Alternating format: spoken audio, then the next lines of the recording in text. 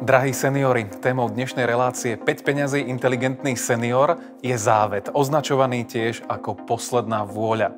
Je to spôsob, ako počas života rozhodnúť o svojom majetku pre prípad smrti. A takisto je to účinná prevencia budúcich dedických sporov. Dnes vám poradíme, ako ho spísať. Vitajte pri sledovaní.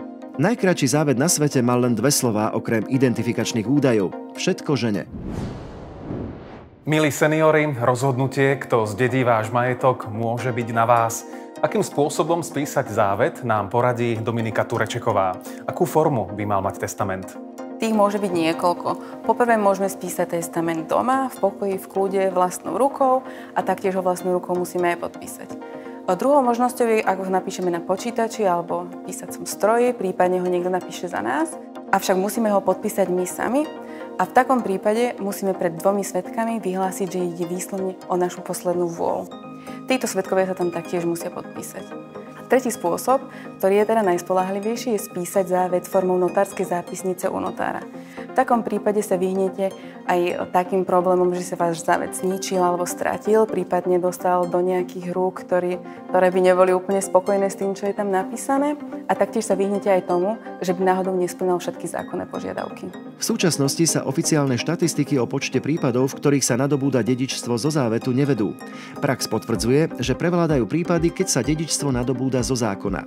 Je to ešte pozostatok predchádzajúceho spoločenského zriadenia, keď bolo súkromné vlastníctvo potláčané do úzadia a tomuto zodpovedalo aj vtedajšie znenie občianskeho zákonníka. Môže byť závetca vo svojom testamente konkrétny? To znamená, môže konkrétnym ľuďom odkázať konkrétny majetok? Áno, závetca buď môže napísať univerzálny závet a teda odkázať všetok svoj majetok, alebo môže spraviť závet na nejaký jeho konkrétny majetok, kde určí konkrétnych dedičov alebo jedného dediča. Avšak z tohto závetu musí byť jasné, či ide o univerzálny závet, alebo takýto len konkrétny. Závet má prednosť pred zákonom a preto, ak spíšete závet, ktorý spĺňa všetky zákonné predpoklady, dedí sa podľa neho. Ak poručiteľ závet nezanechal, dedia dedičia podľa občianskeho zákonníka. Môžem vydediť svoje deti, prípadne iných príbuzných, ktorí by po mne dedili zo zákona? Áno, môžete, avšak v takomto prípade musíte spolu so závetom spísať aj listinu o vydedení.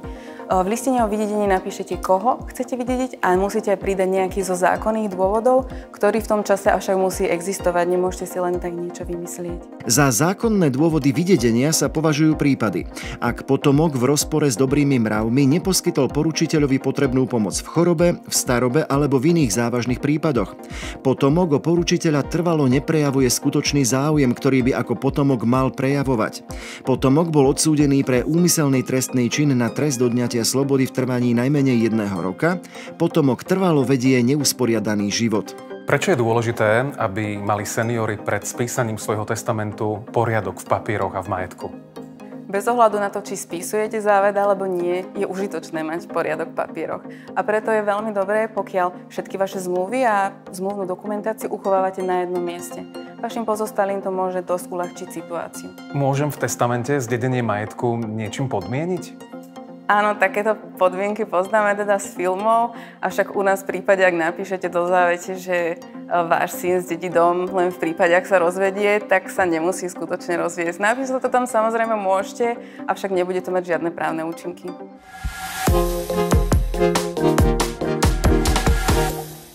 Život prináša rôzne situácie a preto, drahí priatelia, nezabúdajte na to, že závet môžete počas svojho života kedykoľvek zmeniť alebo zrušiť. Dovidenia pri relácii 5 peňazí inteligentný senior opäť na budúce.